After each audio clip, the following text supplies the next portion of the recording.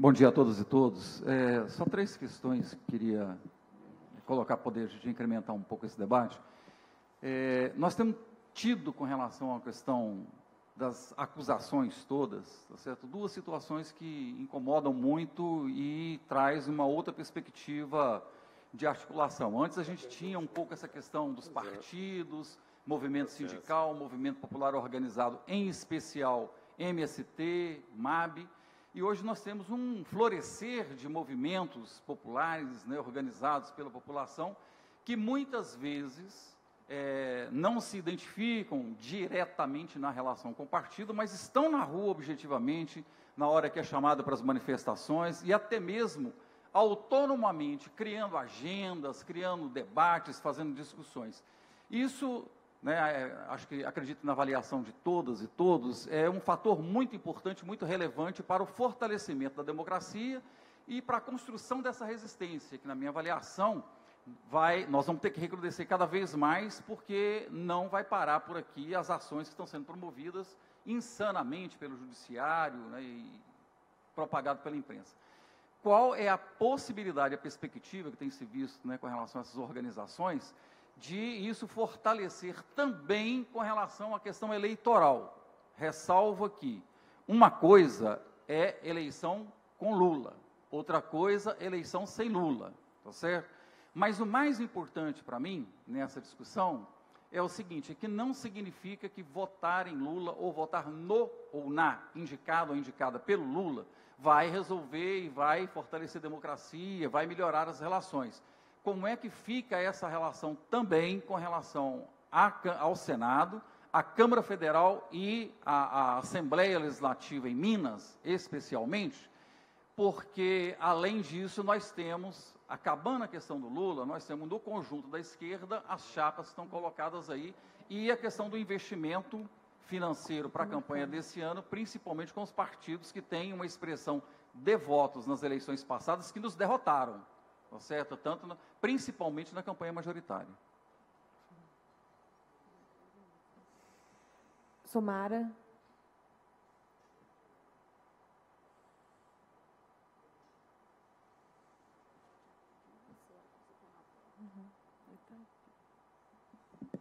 Bom dia, companheiros e companheiras.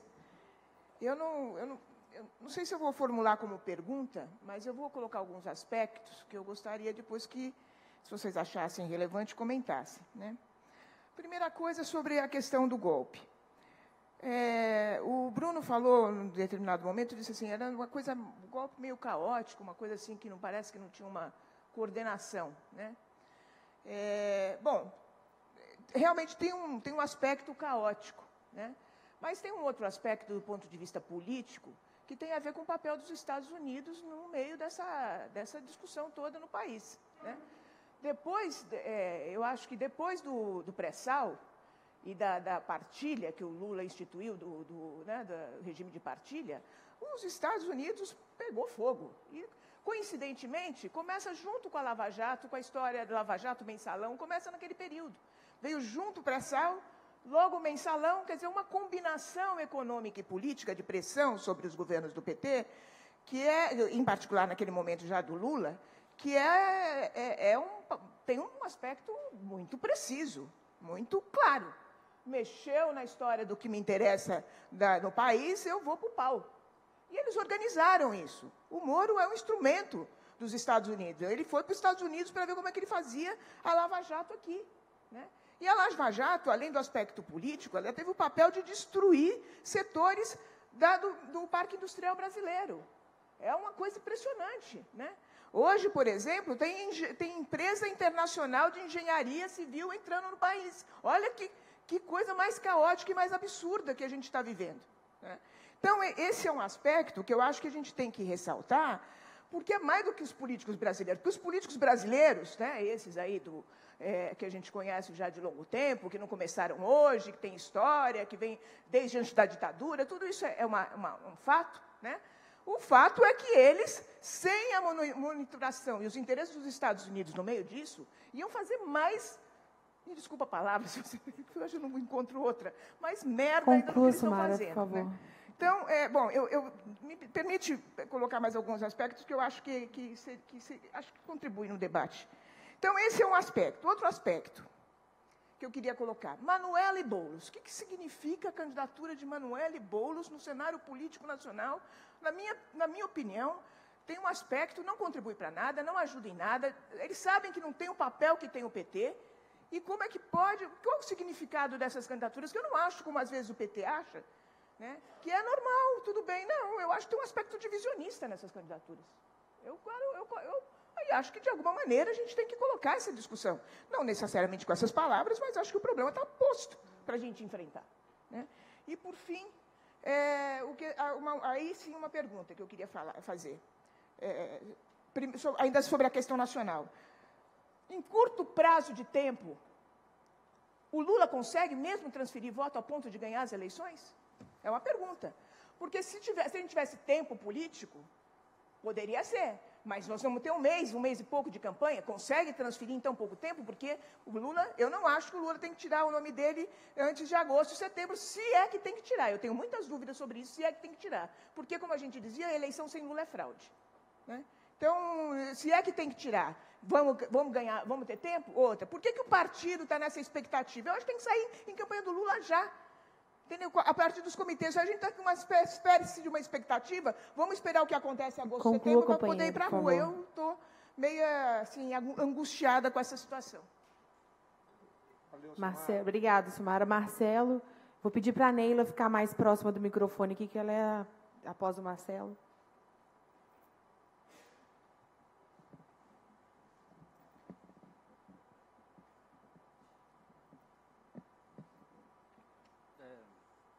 Eu queria tratar aqui de dois assuntos que, de repente, não foram tratados, mas eu acho que são de relevante para essa conversa aqui. O primeiro é o seguinte, seria uma pergunta para o Marcos Coimbra. O preço do golpe foi bastante elevado. Lula, ou o candidato que ele apontar, em todas as pesquisas está ganhando. Lança-se, de repente, a ideia de querer se adiar as eleições, ou seja, a eleição estadual, federal, municipal, para uma data só.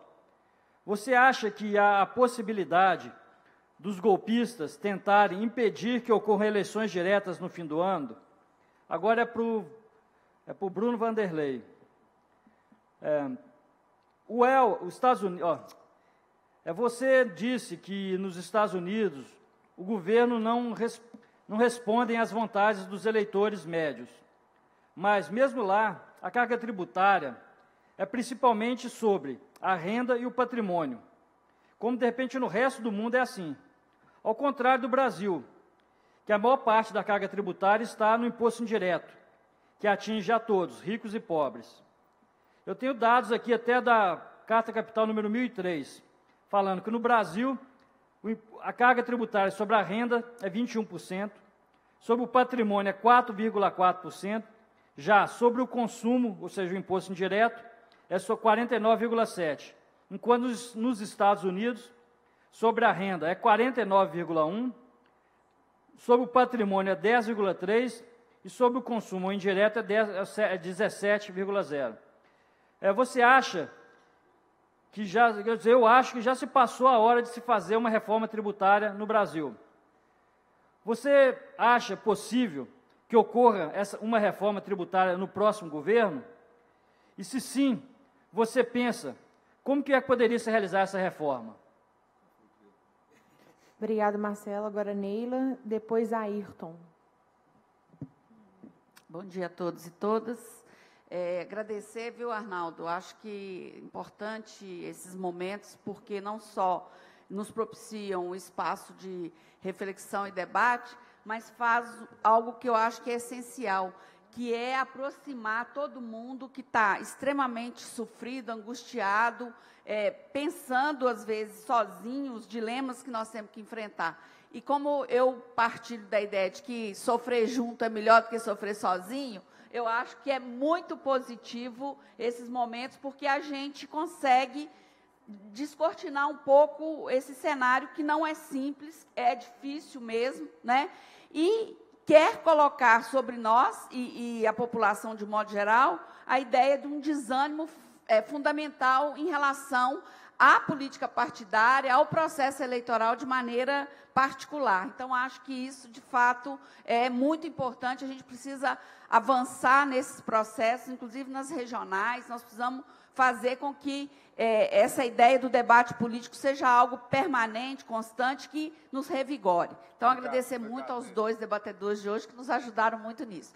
E aí, para vocês nos ajudarem mais, duas questões. Uma primeira não sei se é por conta do nosso desejo, em particular, das mulheres, de que nós tenhamos mais espaço na política, é possível a gente imaginar, está sendo medido de alguma maneira, a ideia de que, imaginar que nessas eleições, por alguma razão, que eu não saberia dizer exatamente qual, mas principalmente por conta, por exemplo, no caso de Minas, da presença da Dilma, de tudo que aconteceu com ela, e o mais recente, o debate com a Manuela no Roda Viva, que nós teríamos possibilidades de ter um número maior de mulheres eleitas? Tem algum cenário indicativo disso? Essa é uma primeira questão.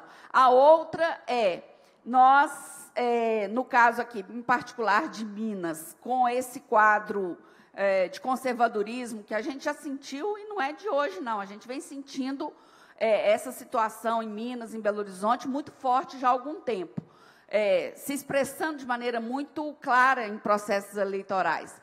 É possível que em Minas uma terceira via se deslanche? Beleza, Neila. Obrigada, Neila. Agora, Ayrton. A próxima é a Marília, do PCO. Bom dia a todos. Eu gostaria de fazer uma pergunta dirigida ao Marcos Coimbra, justamente da questão de Minas Gerais com relação às pesquisas. Você falou a respeito do Nordeste, né, que se transformou nesse fenômeno aí da candidatura do Lula. Nós sabemos que Minas Gerais, de uma certa forma, representa o Brasil nesses aspectos regionais. A gente sabe que o Vale do Jequitinhonha tem uma população relativamente grande, e são 70 ou 75 municípios. Eu gostaria que se fizesse essa análise setorial de Minas Gerais, nesse aspecto aí das candidaturas, se fosse possível. Obrigado. Alô, Ayrton. Obrigada, Ayrton. Agora, Marília. Bom dia, gente. Eu sou Marília, do PCO. Eu queria falar um pouquinho aqui sobre o problema que a gente está enfrentando e a importância de a gente ver isso como um problema real e que diz que a gente está enfrentando um inimigo muito grande. A companheira aqui falou sobre a força do imperialismo que está se impondo aqui sobre o Brasil. E a gente sabe que 70% do pré-sal já foi entregue. Então, não é difícil a gente pensar que o golpe realmente venha do imperialismo. E o imperialismo é muito forte. E, por isso, a gente precisa de um líder forte para mobilizar as pessoas e resistir contra essa política de terra arrasada que o golpe está fazendo sobre o Brasil. Eles estão querendo entregar, já estão entregando a Eletrobras, já estão entregando todo o pré-sal, e fora todas as outras coisas que já estão tirando nossos direitos. Então, não é uma possibilidade para quem quer lutar contra o golpe desistir de Lula. A gente precisa resistir e fazer um embate político. O próprio Lula surgiu do embate contra a ditadura nas greves do ABC. Ele mesmo se construiu politicamente a partir disso. Agora, ele está precisando que a gente lute por ele, da mesma forma que ele lutou nas greves do ABC. E, por isso, a gente precisa se organizar. E a população já está fazendo isso. Como outro companheiro falou, vários movimentos já estão surgindo na população para lutar contra o golpe. E a gente precisa unir tudo isso e fazer uma frente popular por Lula livre, pela luta contra o golpe. E a gente sabe que tem alguns setores que estão um pouco contra isso. Até por isso, o Congresso do Povo, que era um congresso de luta, foi adiado para depois das eleições, que vai ser uma eleição de luta contra o golpe. Então, os comitês de luta contra o golpe, Partido da Causa Operária, estão chamando o Congresso Nacional aberto, que vai ser em 21 e 22 de julho em São Paulo. E a gente está chamando os companheiros do PT, a gente já está falando com o povo da CUT, não é um congresso partidário, é um congresso de luta para a gente se organizar mesmo, porque isso é um golpe contra o brasileiro. Então, não importa de onde a gente seja. E Lula é o único que tem poder político para mobilizar a população contra isso. Então, a gente precisa lutar por ele. Boa tarde, muito bem, gente. obrigada, Marília. Próxima é Denise, depois Maristela e Dudu Alvorada. A gente está propondo aqui fazer todas as perguntas, depois volta aos expositores, já responde as perguntas e faz as considerações finais. Então, a próxima é Denise. Olá, bom dia. Na verdade, a minha pergunta, quando a gente fala da candidatura ao Senado, né, Dilma, que a gente lembrando que nesse ano nós vamos eleger 2 senadores, né? São 2 votos. E o segundo voto, votando na Dilma de novo, anula esse segundo voto, ao que eu saiba, né? Minha pergunta vai para o PT, também para análise política.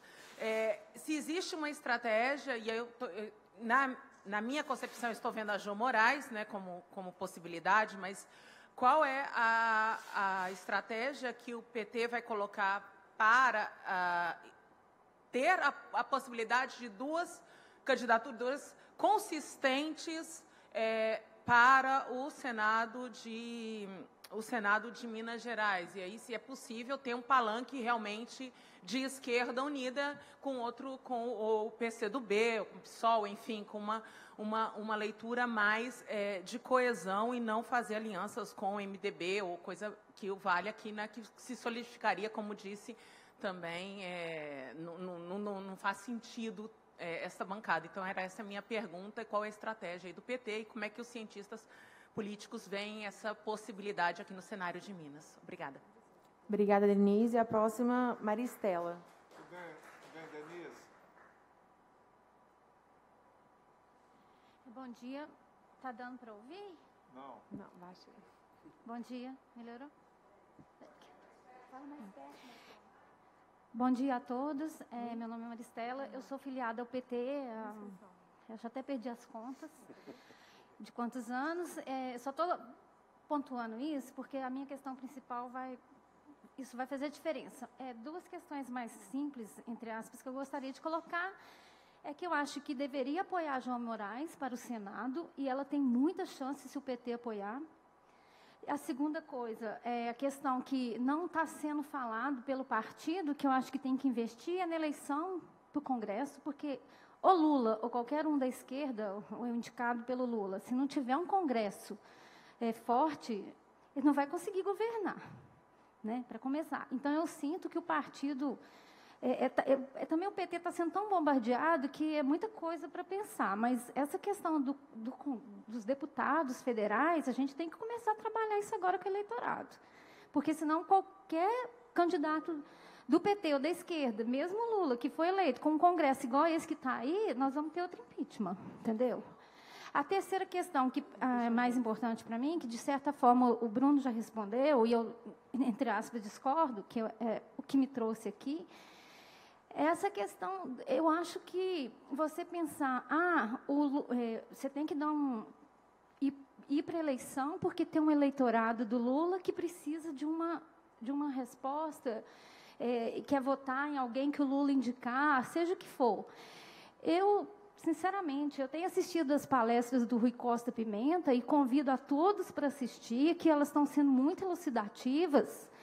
E, sinceramente, eu, como petista, eu vejo o PCO muito mais preocupado com a liberdade do Lula do que o próprio PT. Sabe? Vocês vão me desculpar, isso é um desabafo, porque eu estou encarcerada. O Lula, ontem foi um dia horrível para mim, depois daquela decisão lá, daquele Alexandre de Moraes, sabe? Então, assim, eu estou adoecendo. Então, eu não vejo o PT efetivamente preocupado com a liberdade do Lula. Eu vi uma entrevista do Haddad, um debate, preocupado com pauta da eleição. Sabe? Onde que nós estamos? Lula é preso político dos Estados Unidos. Nós temos que deixar isso muito claro.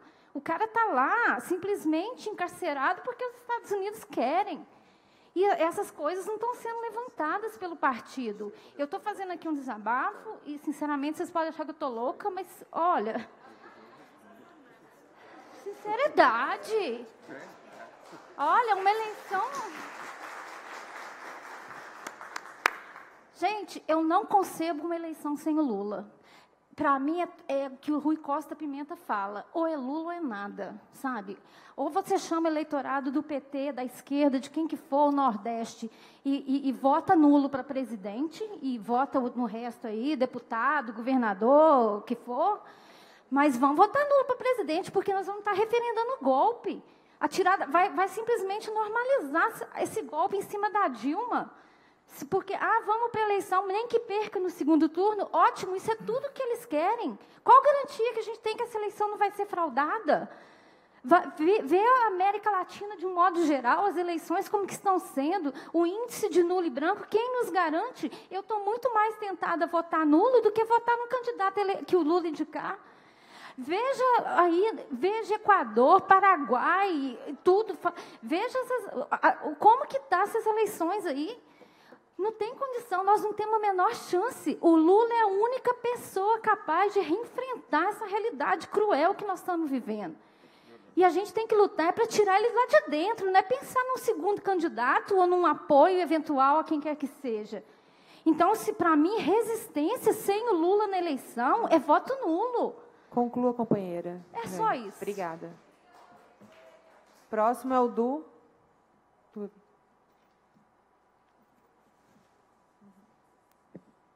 Bom dia. Estão ouvindo? Tá, eu queria, na verdade, dar a chance para o Marcos continuar um pouquinho o que ele estava falando. Eu vou confessar que sou fã seu, assim, mas todo mundo aqui. Para mim não tem dúvida que é o melhor, não sei se talvez a gente torça um pouquinho, tem uma questão meio de desejo, mas é o melhor analista de política do Brasil, no meu entendimento é ele. Assim, eu sou capaz de saber, procuro já colocar, marco Coimbra Carta Capital, sei qual foi a última postagem, o último comentário seu, então é uma pena que você não participe mais. Assim, adoraríamos que houvesse mais, não só escrito, como pessoalmente, eventos que você pudesse nos brindar, né, com o seu tanto conhecimento, como teórico, como, obviamente, cabedal de quem está de história e o que está no Vox Populi. E o que eu queria retomar um pouquinho, até um pouquinho do que a moça falou agora há pouco, é que, na verdade, quando a gente vê uma cifra, para mim, chocante, né, assim, e aí é um chocante no sentido, é uma informação que custa a gente acreditar que seja verdadeira, assim, no sentido, assim, real, assim, é um número, a analogia que eu faria um pouquinho é como se fosse conversando com um médico, tem umas coisas de senso comum que a gente não é possível que o que está dizendo é verdade, mas você, como tem esse estudo, você tem a gente dá a gente concede a você, né, assim, porque por ser o analista, de fato, desse número e ter experiência, que você entenda disso.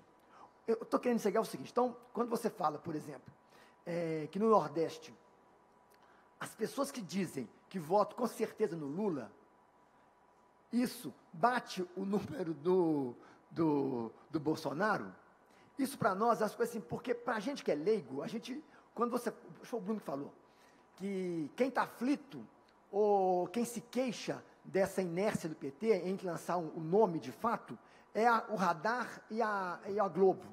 Mas nós também, talvez por não termos essa informação, ou não acreditarmos tanto nela, no sentido de acreditar assim, de novo, não é acreditar da desconfiança, é acreditar, a maioria que eu faço um pouquinho é do médico. Quer dizer, o médico tem uma informação, ele tem um conhecimento mais preciso, que ele pode cravar que aquela informação pode confiar. Então, para a gente não é tão fácil isso. Então, o que eu queria um pouquinho é abordar um pouco mais essa vantagem que tem o Lula, e aí um pouquinho do cronograma. Não é? Até para a gente, a mesma gente fica aflito, a gente não sabe como vai ser esse cronograma, e aí, além disso, porque a gente, assim, não é muito crível hoje, quer dizer, para a gente, que aí é um pouco a aflição dela, não é muito crível que vai ter uma hora que o Lula vai lançar uma pessoa, e essa pessoa vai ser, esse ungido vai ter de fato, em termos reais, essa pessoa lançada pelo PT, ele vai ser aquela pessoa que está na estatística, que o cara garante que vota com certeza ou deve votar nele. Então, eu queria um pouquinho, se abordar um pouquinho mais para nós, essa questão do como isso se consolidaria, o cronograma e como que o Lula estando preso, como seria a questão, digamos, a gente não sabe se tem vídeos prontos, como seria, digamos assim, imageticamente, essa transferência, essa unção, digamos, dessa pessoa, por exemplo, sabe? Eu queria, então, abordar um pouco disso aí. Obrigada, Du. A Elisa, e a gente encerra já as falas. Professora Elisa. Esposa do Otávio Elisa. Pois é. A questão que eu tinha praticamente foi colocada anteriormente. Então, eu só vou reforçar.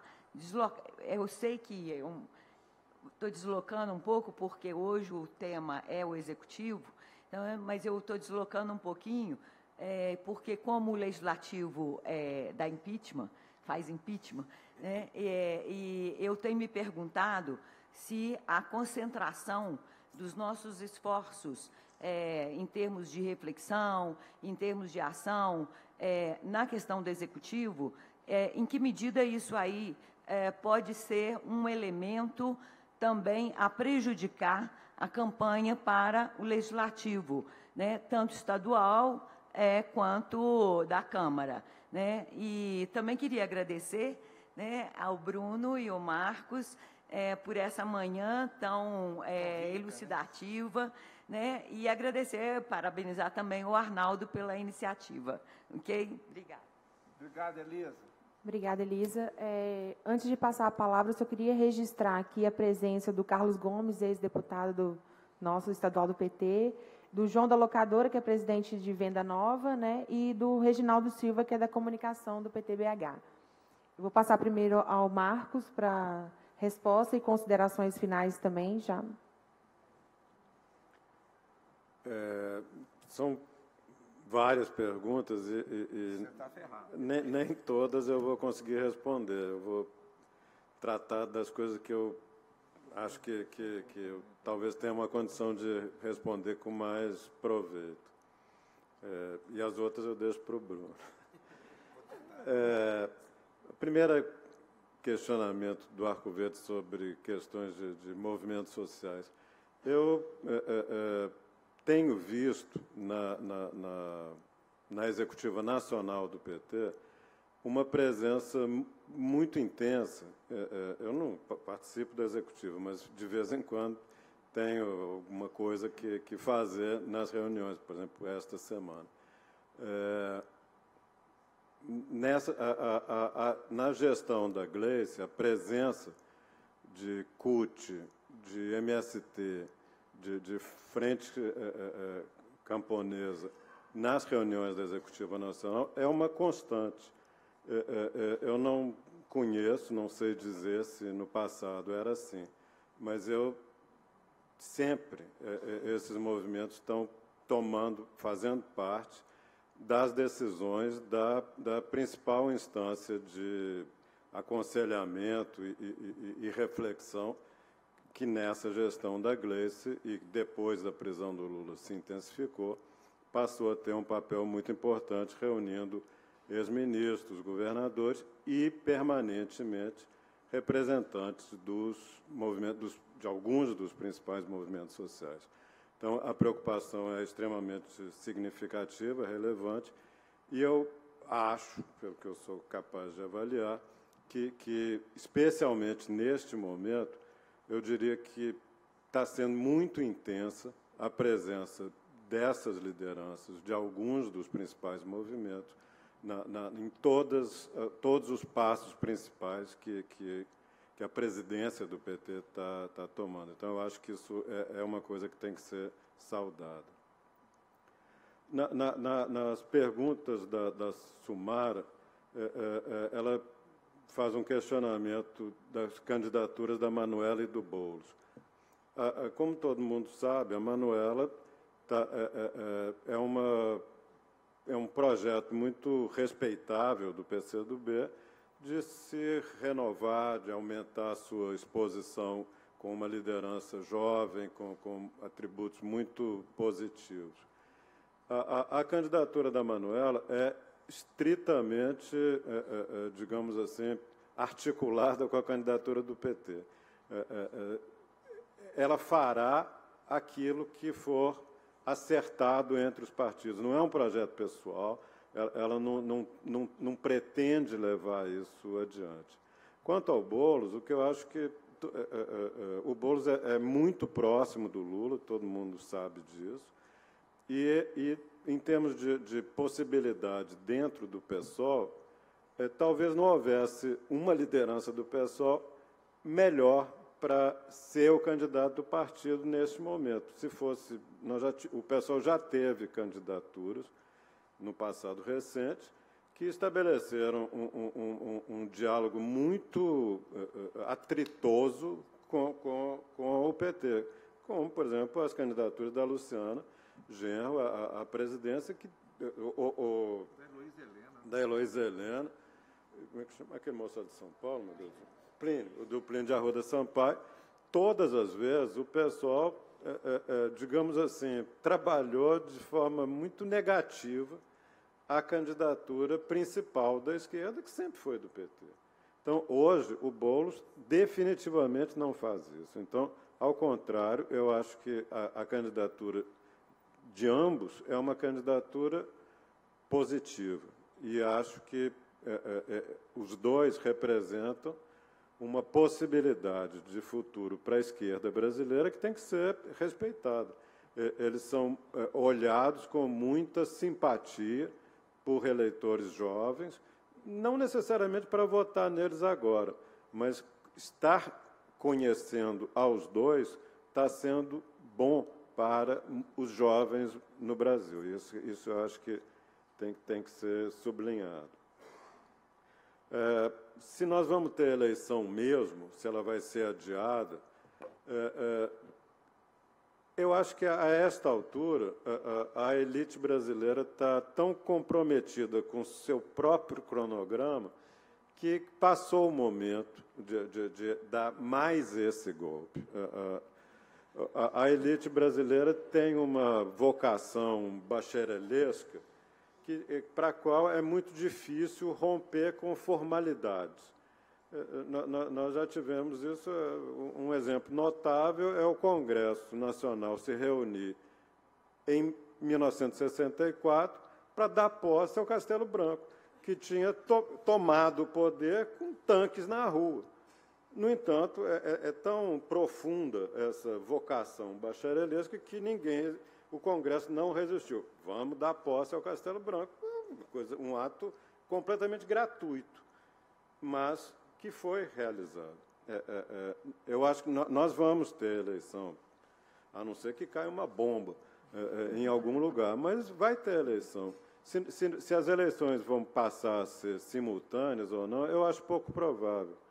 As eleições municipais têm uma agenda tão completamente diferente das eleições estaduais e nacionais que embolar tudo junto só vai aumentar exponencialmente a confusão na cabeça dos eleitores, que vão ter que escolher simultaneamente, 10 candidatos ao mesmo tempo, presidente, Senado, 2 senadores, governador, deputado estadual, deputado federal, prefeito, vereador, tudo junto.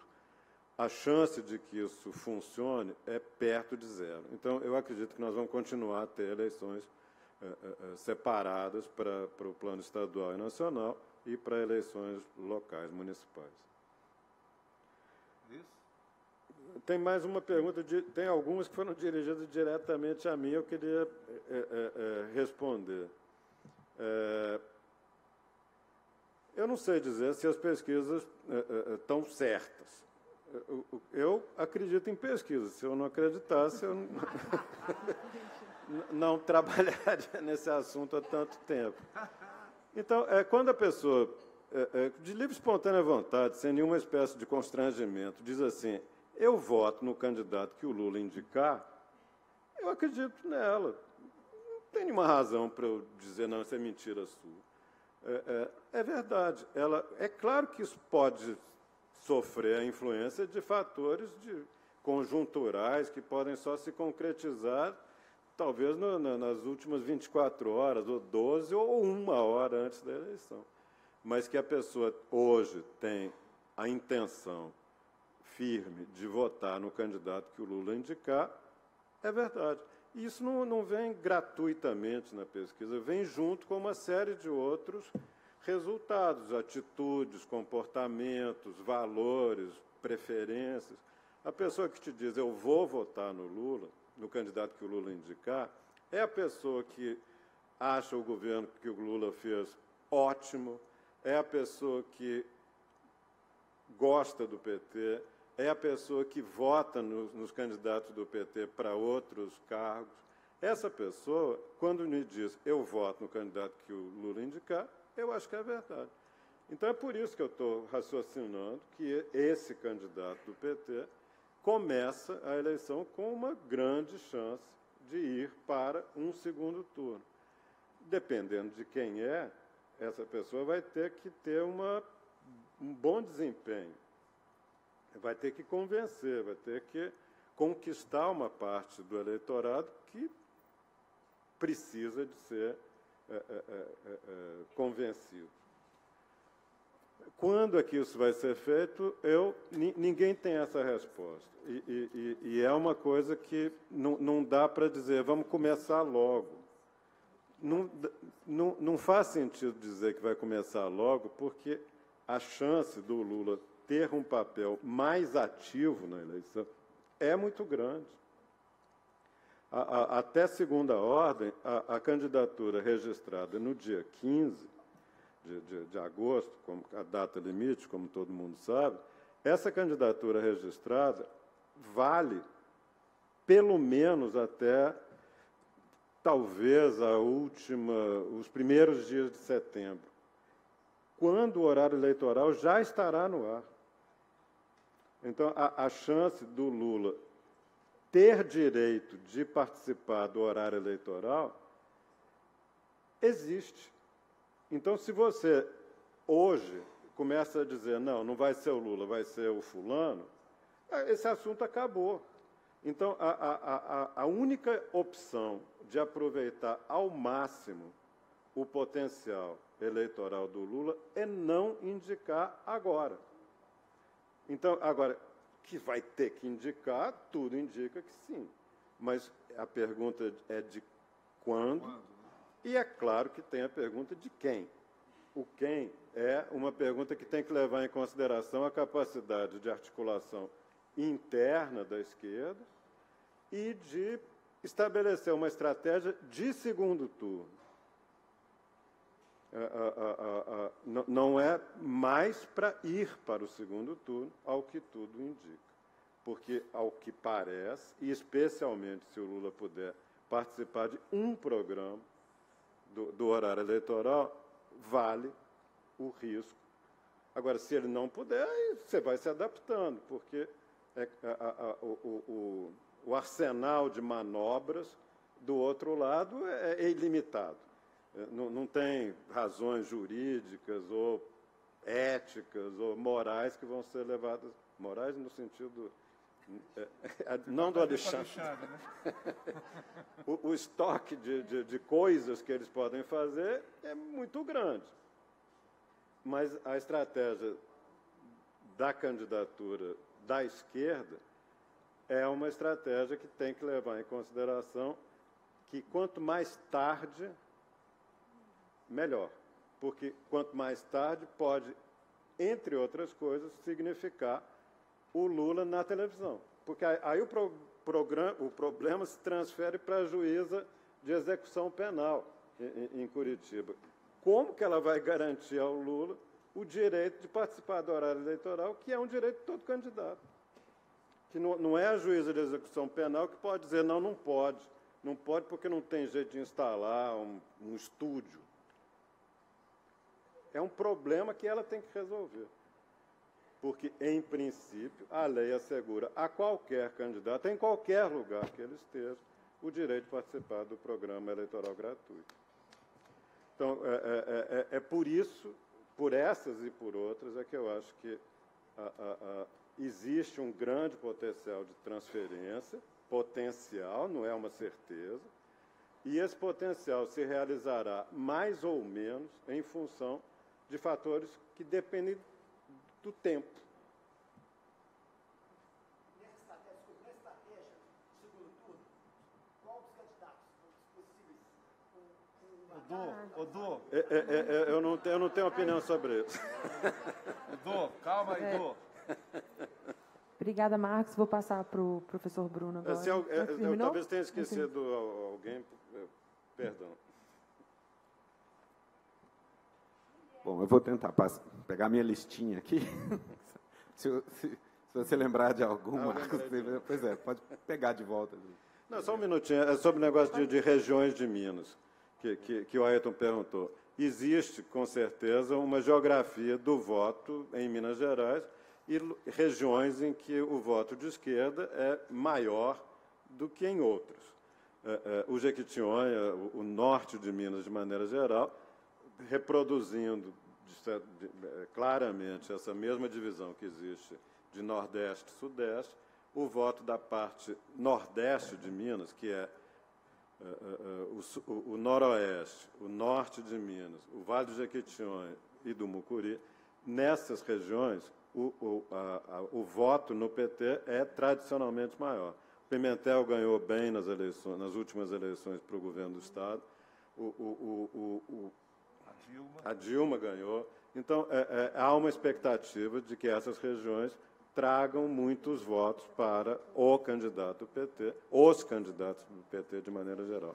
Quanto a Jô, que foi levantado, eu acho que a Jô certamente vai participar da chapa majoritária. A discussão é em que lugar.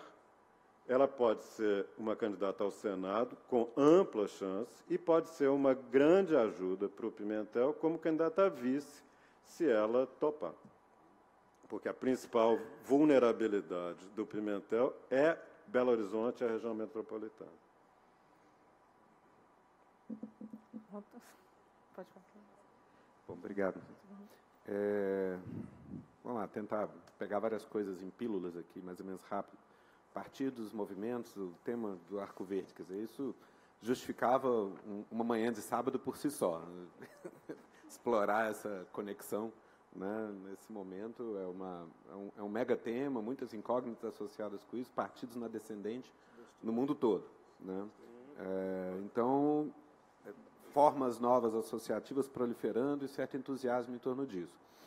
O grande desafio é como é que conecta uma coisa com outra, porque a sensação que eu tenho é que se esses movimentos mais fluidos substituem partidos, isso se dá com prejuízo para a democracia e com prejuízo para políticas de esquerda.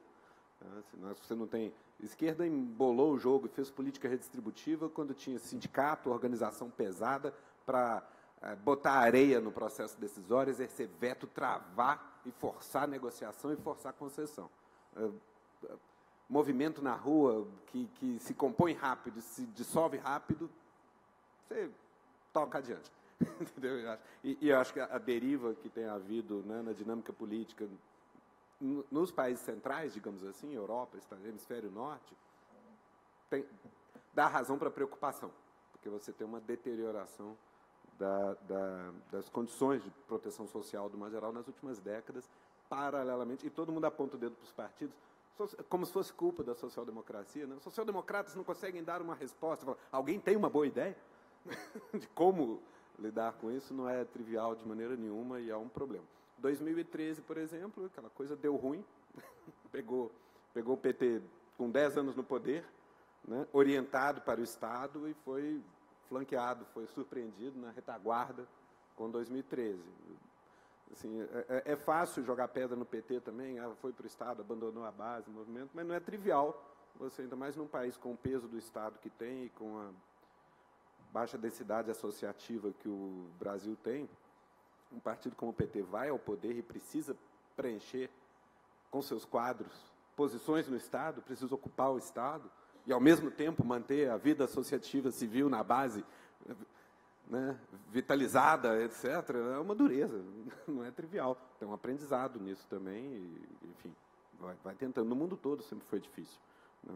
Então tem essa coisa. A conexão disso com eleições é justamente o desafio. Como é que você manter base energizada, é crucial, é um ativo que o PT tem bem mais que os outros, então é crucial, é vital para ele cultivar isso. Em alguns momentos, a cúpula do PT pareceu estar confrontando a base, uns 10 anos atrás, ou um pouco mais, até 15 anos atrás, e é importante que essa conexão se dê, mas, enfim, foi a primeira... Na verdade, eu acho que o PT foi extraordinariamente... Olhando o histórico de partidos de esquerda que vão pela primeira vez ao poder, e as dissidências que fatalmente se formam, fraturas na base sindical e tal, eu acho que o caso do PT, a primeira ida do PT ao poder nacional foi excepcionalmente bem sucedida desse ponto de vista. O PSOL foi a sua dissidência e permaneceu uma dissidência estritamente parlamentar até 2016. O PSOL foi uma dissidência mal sucedida. Normalmente, quando um partido de esquerda com base sindical vai ao poder, ele tem uma dissidência sindical importante, né, e tem dificuldades de articular cultivo essa base com alguma perda. O Lula não perdeu ninguém. Quando uma ex-petista como Marina vai à candidatura a presidente por conta própria em 2010, em nome de uma plataforma ambientalista, os movimentos sociais ligados à causa ambiental estavam com Dilma. Então, é um sucesso extraordinário, na verdade, nessa coisa, sem prejuízo das dificuldades e eventuais fracassos que tenham tido. A rapidez com que está se reconstituindo esse nexo é sintoma de uma vitalidade, né, de uma resiliência importante. Como isso vai se manifestar agora nas eleições? Incógnita, eu acho. Legislativo, claro que tem que prestar atenção no legislativo, claro que tem que montar com cuidado chapas para o Senado, para tentar ocupar cadeiras, sobretudo no Senado, que sendo majoritário vai ter mais chance. Para a Câmara dos Deputados, a Assembleia Legislativa, nesse momento eu sou pessimista. Acho que não vai melhorar, vai piorar. Né? Vai continuar piorando ainda. Né? Sensação, minha intuição, eu acho que até não é bem intuição, quer dizer, é uma hipótese que pode eventualmente dar errado em 18, mas vinha dando certo. Uma relação relativamente forte entre número de prefeituras numa eleição municipal e cadeiras parlamentares depois. Quer dizer, o número de deputados não se correlaciona muito fortemente com o número de prefeitos na eleição municipal seguinte, mas a recíproca é verdadeira. Quantos prefeitos você faz agora tende a ter uma relação relativamente forte com o número de deputados que vai fazer depois. O PT perdeu metade das suas prefeituras em 2016. Então, isso autoriza pessimismo quanto a cadeiras parlamentares em 18. Tá? Isso vai ser compensado pela popularidade do tema, né? A ver, mas, em princípio, isso autoriza um prognóstico pessimista. Então, deixa o legislativo para lá? Não, talvez tenha que fazer esforços redobrados, porque a coisa está ruim. O cenário é ruim para a Câmara. E talvez, eventualmente, com a perspectiva de que a Câmara vai ser difícil, pode ser crucial montar chapas majoritárias competitivas para tentar ganhar, de onde pode fazer perfeito sentido trazer Dilma, botar Jô Moraes, se não puder ser vice, etc. Essa coisa, montar com capricho uma palanca, tentar ganhar todas as cadeiras no Senado que for possível, né? Mesmo com o preço político que o Pimentel está pagando na articulação com o PMDB, com a vinda da Dilma. Né? Mas, provavelmente, isso faz sentido nesse momento. Tá? Então, isso, enfim, isso diz respeito um pouco a Maristela, Elisa tinham puxado a coisa do legislativo. Essa é a maneira como eu vejo a coisa. Eu estou cético. Eu acho que a Câmara dos Deputados, na próxima legislatura, deve ser pior do que a atual. Tá? Eu espero uma Câmara pior. Tá? Então, acho que isso deve entrar no cálculo. Pois é, aqui tinha uma proeza, é incrível. A Câmara de Belo Horizonte é um caso extremo, né? 41 cadeiras, na legislatura anterior tinha 19 partidos. Conseguiu passar para 22. Então, é a camada pressão. Né? Então, a camada pressão. Então, não tá mole nesse front. Tá? Nas majoritárias, aquela virada da maré que a gente viu antes deve beneficiar a esquerda. Então, sei lá, talvez jogar peso no Senado, não sei. Golpe, Estados Unidos. Sim, eu costumo escutar isso um bocado meus alunos ali, sala de aula, porque eu costumo dizer o seguinte: olha, por definição, partidos de esquerda, governos de esquerda têm inimigos poderosos. Ponto. Se não tiver, não é de esquerda. Tá? Então, isso tem que armar o jogo conforme o adversário que tem. Eles vêm para cima. Ponto. Isso vale, por exemplo, governo democrata nos Estados Unidos sofre mais com certo establishment, inclusive imprensa, etc., do que governos republicanos, né? Governos, desde o Reagan, governos democratas, Clinton, Obama, governam na defensiva, como se tivessem que pedir desculpa. Bush faz o déficit que quiser, Clinton vai ter que cortar gasto, entendeu? O Greenspan, o Fed vai vigiar. Quando o Tony Blair, com todo o direitismo dele, é quando o trabalhista vai ao poder que dá independência ao Banco da Inglaterra. Entendeu? Ninguém cobra isso da Margaret Thatcher. Entendeu? Assim, a esquerda é suspeita aos olhos de certo establishment. Lógico, ela quer ser esquerda, por mais moderada que seja. Ela fala do outro lado da mesa. Então, isso... Então, o Lula parecia levar em conta com muita clareza, com muito realismo, essa equação ao montar seu jogo, inclusive na política externa. Ou seja, cautela na política econômica, entrega de resultado embaixo, garantir... É muito mais importante para um partido de esquerda que a economia funcione razoavelmente que para um partido da direita. O emprego tem que estar legal, a economia tem que estar crescendo, porque se der um soluço, vai apanhar duro. E aí precisa do lastro embaixo. O Lula foi conservador na organização da política econômica e orientou toda a brecha que teve, como o pessoal do sindicato falava, fio terra do Lula, né? Toda chance que tinha canalizava renda para a base da pirâmide, colocando ali, a coisa, mesmo operando conservadoramente na estratégia da política econômica. Tendo conseguido entregar, estabiliza, tem uma posição de força para operar, falando, não, aquela coisa, a esquerda irresponsável vai desestabilizar, destruir a economia, falar, eu não, está tudo bonitinho. O superávit nunca foi tão grande, mas, ao mesmo tempo, estou tentando jogar dinheiro lá embaixo. E aí, em cima disso, ele vai fazer geopolítica internacional, ele vai fazer G20, ele vai fazer Sul-Sul, ele vai fazer IBAS, certo, entendeu? Aí você tenta operar o jogo. Infelizmente, no caso da Dilma, ela correu mais riscos na política econômica do que Lula se permitiu e estava mais, como dizer, distante, omissa da pauta internacional do que estava o Lula, né? O campo estava menos guarnecido, a retaguarda estava menos guarnecida nos últimos anos. O que é? 10 anos de governo, parece, está tranquilo, né? Certo salto alto institucional, que assim, cabe não vou nem falar meia-culpa individual, mas meia-culpa profissional. A ciência política estava totalmente autocongratulatória. A institucionalidade brasileira é uma maravilha, está tudo certo, vai tudo funcionar otimamente. Tem um salto alto que se exprime na brutalidade da campanha de 14. Uma elite política não pode se permitir a desqualificação mútua que a gente viu na campanha de 14, todo mundo se tratar uns aos outros como um amontoado de bandidos e achar que isso não vai voar na cara do sistema político do outro lado. Então, é preciso que, pelo menos, os protagonistas da política respeitem o sistema político. Se nem os protagonistas respeitam o processo e o sistema e seus adversários, não vai ser a população que vai respeitar ou os juízes ou o Moro, eventualmente, ou as potências, ou os vizinhos, ou os adversários, ou quem quer que seja. Entendeu? Então, eu jogo essas coisas na nossa conta, com a gente. E eu acho que, do ponto de vista da articulação interna da elite política, o processo, sim, claro que conspira-se, né? Mas o processo foi consideravelmente caótico, com diferentes pessoas se adaptando. O PIB, por exemplo, o Eduardo Cunha estava operando com prioridades próprias. O PIB, digamos assim, a Fiesp e tal, adere ao golpe meio de última hora, já poucos meses, já em 2016. Ele falou, vai, chega, né? Então, no final, você tem aquela coalizão pagando, sei lá, jatinho de deputado para votar.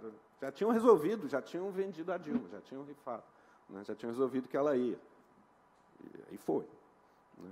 Mas isso não foi algo, né, consertado desde o início. Várias conveniências de todo lado combinadas com bobeira, combinado com erros também, que foram produzidos, que não são os erros que normalmente são atribuídos ao PT. Tá? São outros. Os erros, de fato, acho que foram outros, né? Desculpa por essa demora aqui. Quer dizer, a coisa, no curto prazo, o Lula transfere, com todo, eu acho que o Alberto Almeida, né, que foi meu colega no mestrado, então a gente conversa muito. Ele tem um estilo, um temperamento muito diferente do meu, mas a gente conversa muito, troca ideia. Uma coisa, não é, ele tem dito algo que eu concordo, não é exatamente de transferência que se trata. Né? Então, o Lula tem esses votos e agora ele vai mandar votar e aí as pessoas ele vai transferir esses votos para alguém. Tem uma parcela grande do eleitorado predisposta a votar pró-Lula, predisposta a votar na facção, no grupo político que, de alguma maneira, sinalizar como retomada daquilo que a pessoa viveu 10 anos atrás. Né? E isso a campanha uma boa campanha deve se encarregar de dar essa informação para o eleitorado.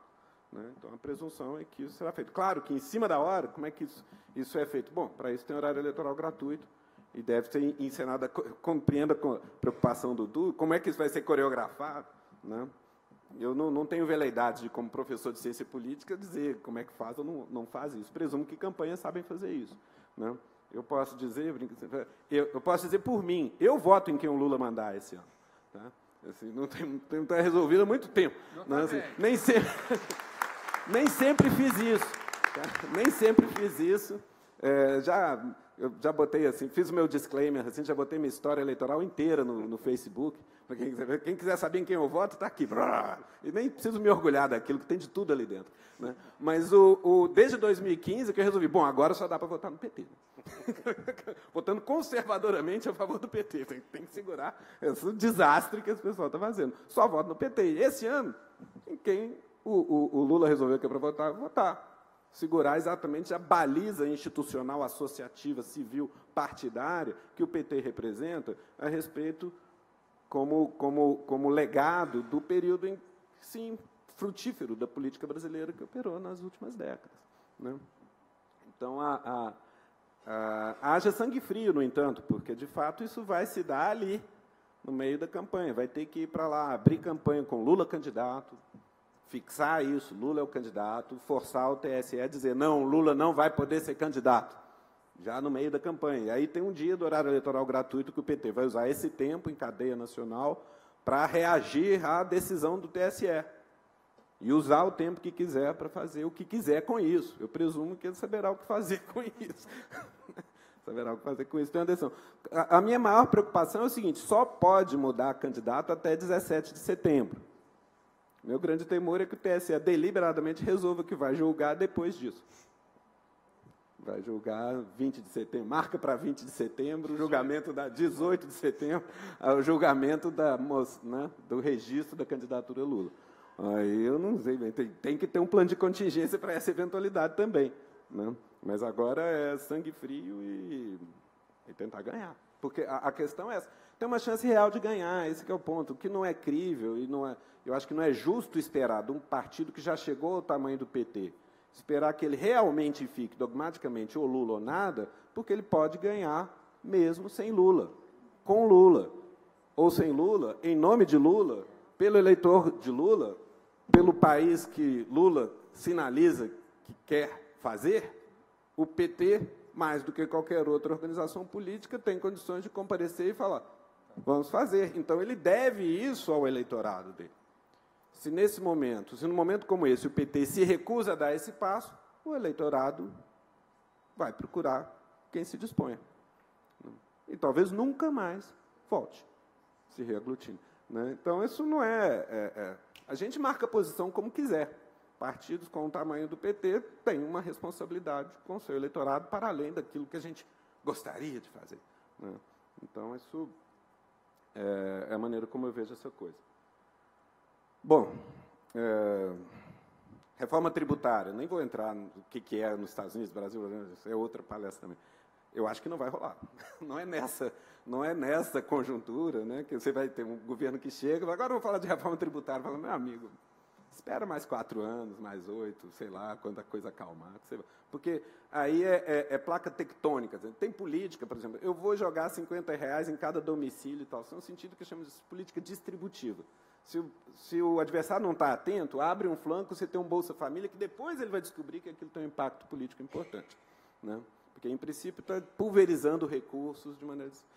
Reforma tributária, não. Reforma tributária, sobretudo no sentido em que, eventualmente, as pessoas esperam que ela seja, quando falam de reforma tributária, grandes organizações, poderosas, influentes, sabem de antemão exatamente quanto perdem, quanto ganham em cada proposta, se organizam e vetam. Entendeu? Então, a última grande reforma tributária que teve foi no governo Castelo Branco. Não por acaso. Entendeu? Você prende os adversários, exila outros, mata não sei o quê, proíbe uns partidos e faz uma reforma tributária. Entendeu? Entendeu? Não, de outra maneira, você faz adaptação. É uma droga, porque o quadro tributário brasileiro é isso mesmo, um desastre completo. Mas não é trivial. Eu acho, se tem uma coisa que eu recrimino o PT, é não ter se apropriado de maneira mais agressiva de uma política fiscal, de uma agenda fiscal para o país. Eu sou cético, acho que isso não aparece na forma de vamos fazer uma reforma tributária, não ia emplacar. Mas eu acho que operou a discussão fiscal por negação. Isso era monopólio de neoliberal tucano. Quem fala de problema fiscal é porque é tucano, é porque é neoliberal. E eu acho que podia sair dessa defensiva para ser mais propositivo, pautando pela esquerda a questão fiscal. E aí vendo o que você consegue arrancar disso. Né? Dá para imaginar mais mulheres eleitas, Neila? Eu acho que não, entendeu? No mesmo espírito. Não estou pessimista, acho que não vem. Talvez o fundão, né, dependendo de se houver alguma resolução, né, judicial dizendo que 30% do gasto tem que ir para mulheres, bom, talvez mexa alguma coisa e aumente. Quem vai se beneficiar exatamente disso, a ver depois, mas dependendo de do que se conseguir arrancar aí, em matéria de decisão judicial a respeito de uso de recurso e da fiscalização disso, talvez algo entre. Pela dinâmica política em si mesmo, eu acho que não. Acho que a coisa só está piorando. É isso. Terceira via. Não pretendo ter nenhuma competência a respeito disso. Márcio Lacerda parece muito frágil, né? Seria o cara natural. Falei um pouco, acho, PCdoB e PMDB e pessoal, o Marcos já pegou. Deixa eu ver. Também falei já sobre candidatura do PT, etc. Enfim, eu acho que eu respondi mais ou menos, né, de maneira variada, mesmo as provocações, o repertório de provocação mais variado. Valeu, obrigado, pessoal. Obrigada, Bruno. Antes de passar para o Arnaldo fazer